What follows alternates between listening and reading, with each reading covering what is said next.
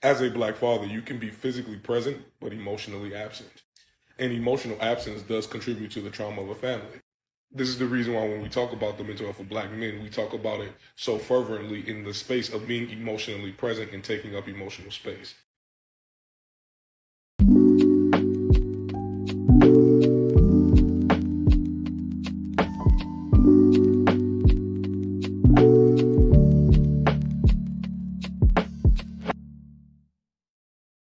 The contents on this channel are for learning, insight, and introspection.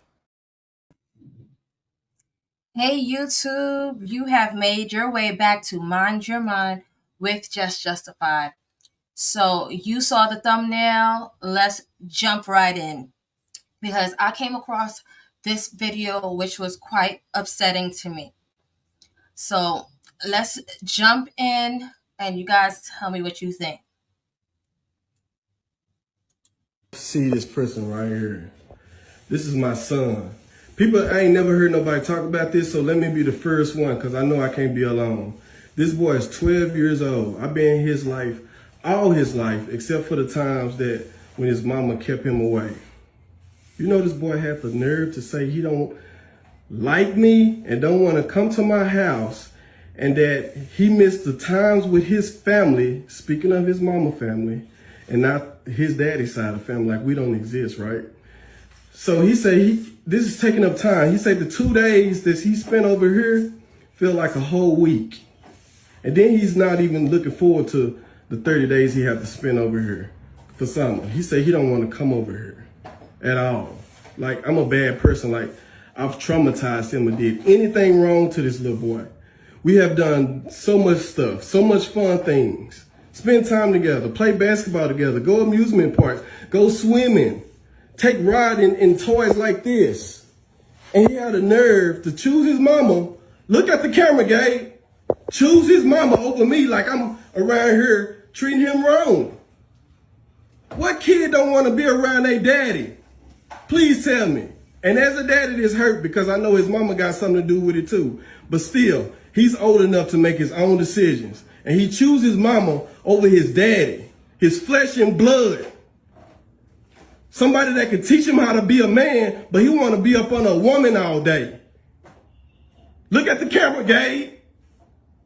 Tell the people how you don't love your daddy and how you rather be with your mama, and time over here is boring and you don't want to spend time with your daddy. Tell people how you don't want to spend time with your daddy. I do. And he act like I haven't been picking him up all these years. Like, what is the problem? Like, this not your first time at my house. But yeah, he hurt my feelings, world. He really hurt my feelings, and you can't take that back, Gabe. I'm gonna give you what you want, and I'm gonna erase myself out of your life. I don't want that. I'm gonna give you what you want, Gabe. That is so messed up on so many levels. I would never tell my daddy nothing like that. My daddy was in my life. I would never tell my dad because I know that would hurt my daddy's feelings. I would never tell my daddy nothing like that ever.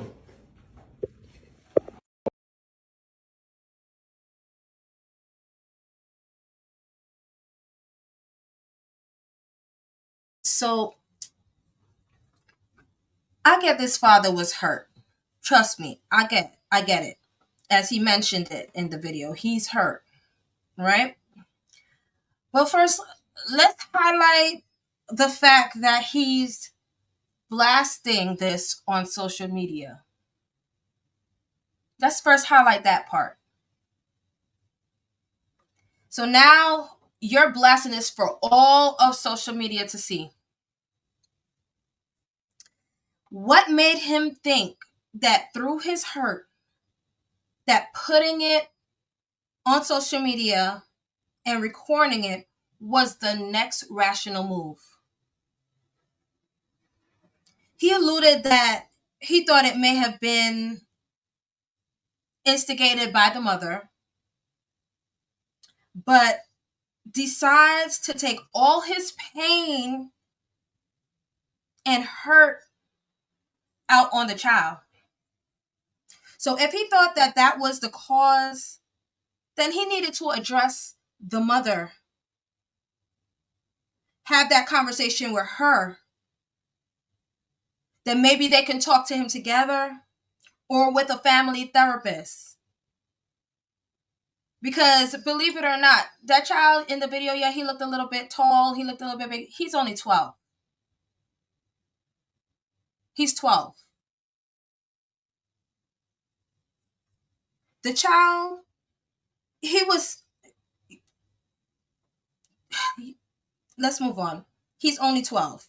So if he's saying something like that, some other and everything, then maybe, or even if the child is saying something of that he doesn't want to be there and all of that, then there may be something like a deeper issue that needs to be addressed, a deeper conversation that needs to be had. What is he getting from his mother's house, from when he is with his mother, that he may not feel he is getting when he's by his father? There needs to be a deeper conversation. Sometimes it can be as simple when you're talking about like children. He's 12. When you're talking about children, it could be as simple as him missing maybe other siblings that may be at the mother's house, or friends that live around his house, or, other situations like that, where when he goes to his father's house, then he misses them. So I do not take away that the father is hurt.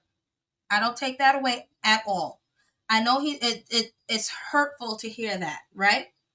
But his actions after were damaging to the child he is raising. Sometimes your children may not like you at times when they especially do not get their way,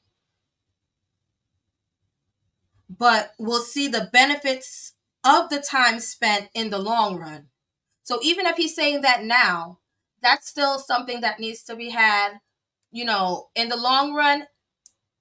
If it is a safe environment and all that, he'll see the benefits of that quality time that y'all spend later on down the line.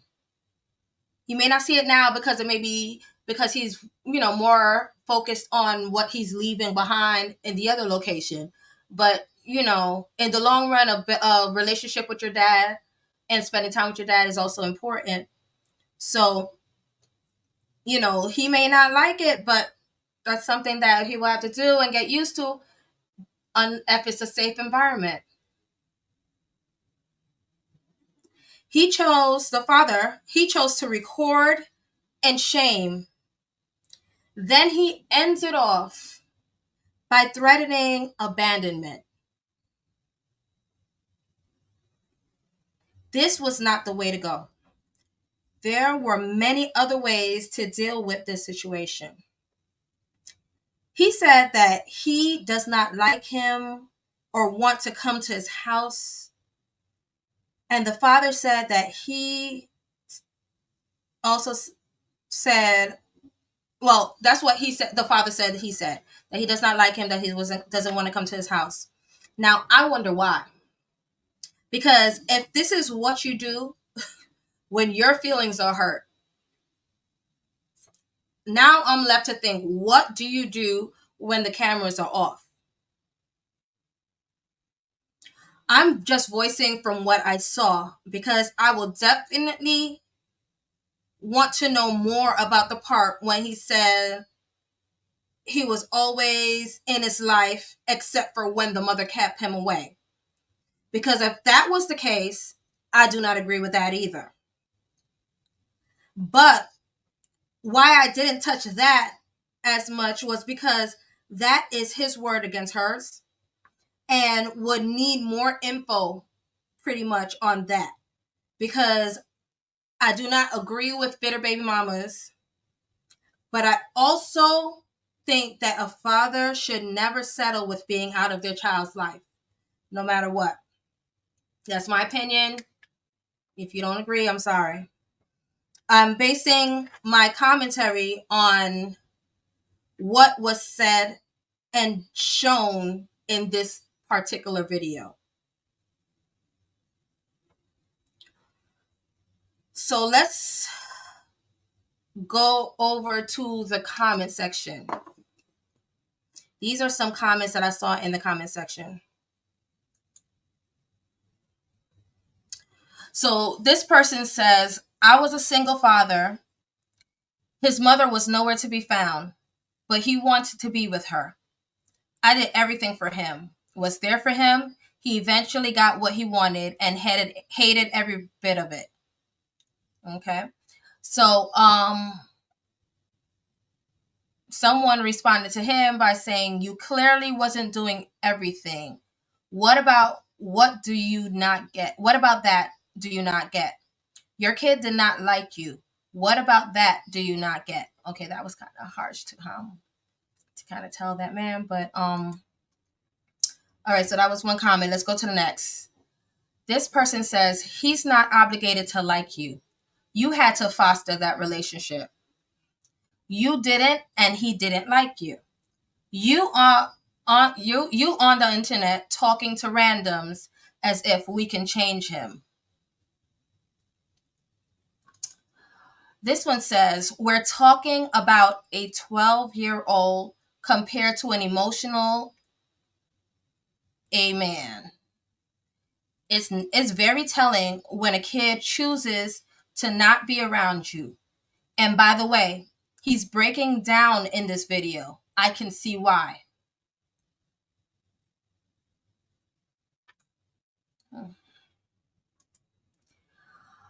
So this person says, I didn't understand the logic behind recording and posting stuff like this. There's likely a reason why his son don't want to be near him. People don't know how to keep their business to themselves anymore. This person says, that's your fault, Dad. You can't blame him for the way you made him feel. Black men need to do better as fathers, and this is not the way. Trying to shame him is disgusting, and that's why. This person says, my sentiments exactly. Just like a narcissist, to deflect and blame others instead of taking accountability and saying, yeah, maybe, just maybe, I am a sucky person too. Where my own... Okay, I didn't get the rest of it, sorry. But let's go to the next one. This person says, I understand that the father is hurting, but putting this on social media will not do anything to make that feel better. They're going to the parents who say this is wrong. They're going to be the parents who say this is wrong. Him in the mother should. Okay, that's a little... All right, so this person says, I understand that the father's hurting, but putting this on social media will not do anything to make that feel better. They're going to be the parents. Okay, so this is one, and then someone responded to him by saying, so this is a continuation of that one. So they're going to be the parents who say, this is wrong. Him and the mother should have gotten together and had a private conversation and with their son to get a better dialogue as to what the problem is in order to fix a problem, not put it on social media. I did say that. So this person said, this clown is recording, then post it online for the world to see, while also disregarding and not thinking about how it will negatively affect his and his son's life, but wondering why his son doesn't like him. So this comment says, I'm seeing a grown man act like a little whiny child. This one says, if I were his mother, I will absolutely kick your A. How dare you shame him like that? He is still growing and learning. Instead of shaming him, ask him why. Try to understand him instead. If a father ever wanted to publicly try to shame me for choosing my mother over him, point already made. As father, you never really like me either.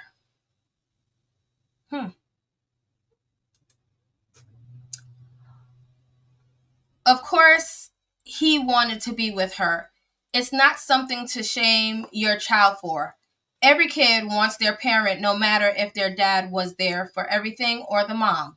You should have supported him and explained it to him how you feel, but without the shaming. So that was that last of the comments. So I found this video, which I love what this man says about a healthy, emotionally available father. So let's check this out. But we never talk about bad fathers. The dads who stayed but just ain't shit. I'm so glad that this young brother brought this point up because it needs to be addressed sincerely. Because in the black community, as it relates to black families, we tend to have this conversation around the black male presence as if though a black male presence is the only thing that's necessary in order to create a healthy family, and that's fallacious. But before we get into that, how y'all doing? My name is Professor Odie. I am a therapist and mental health and wellness coach, and I teach my clients how to be selfish. I teach my clients how to be selfish so they can unlearn negative internal trauma narratives so that they can unhook themselves from trauma patterns so that they can improve their quality of life overall. But today we are not here to talk about my products and services. We are here to talk about this particular instance of intergenerational trauma in the black community. So when we have this conversation around black dads, the rebuttal is usually, well, at least he was there. As a black father, you can be physically present, but emotionally absent. And emotional absence does contribute to the trauma of a family. This is the reason why when we talk about the mental health of black men, we talk about it so fervently in the space of being emotionally present and taking up emotional space. But this is also the reason why we utilize terms such as toxic masculinity to identify that emotional absence as a byproduct of being taught that as a black man, you should not express emotions, or you should not express particular emotions, which leads to emotional suppression and also emotional absence and withdrawal from families. Being an emotionally absent father can look like engaging with your children as transaction points or treating your children as followers in your regime instead of attempting to understand your children as people. Being an emotionally absent father can look like throwing yourself completely into your work or diving yourself completely into your work. And then when your family calls you in to ask you to be a part of the family, you say, well, who else is going to pay these bills? Being an emotionally absent father is utilizing the excuse of being a man or utilizing the excuse of masculinity to not engage with your family in an openly vulnerable way. See, we cannot just talk about the presence of fathers in the black community. That's not enough. These fathers have to be healthy. These fathers have to know how to emotionally regulate themselves. These fathers have to understand how it is that their trauma impacts the way that it is that they engage with their children. A man just being there does not create a healthy family if the man who is just being there is unhealthy. And for those of y'all who about to hit me with the, oh, you're just trying to find another way to blame black men, let me explain something to you. If you are using the idea that you are a man or that you are masculine in order to avoid doing emotional labor or doing emotional work, then you are to blame for the emotional dilapidation that happens in your family. Bottom line, take it or leave it. Peace. So he said our fathers need to be healthy and emotionally available. Sometimes at least he was there is not enough. The father in the first video may have been there, but how was the quality? He posted a video shaming his son. After all, because of his feelings. Because his feelings were hurt. Let's find better ways to communicate with our children. Let's find better ways and more emotionally stable ways and healthier ways to interact with our children. Because after all, they're our futures, and we're teaching them how to interact with other people. So I do have a mindful moment for us today, a quote by this quote is unknown, but it's found at parade.com.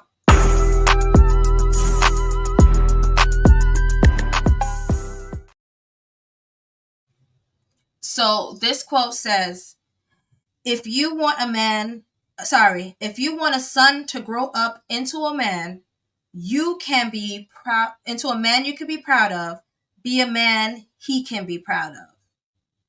So the quote says again, if you want a son to grow up into a man you can be proud of, be a man he can be proud of. All right, so let's heal. Let's work on our interpersonal skills. All right. Until the next time, peace.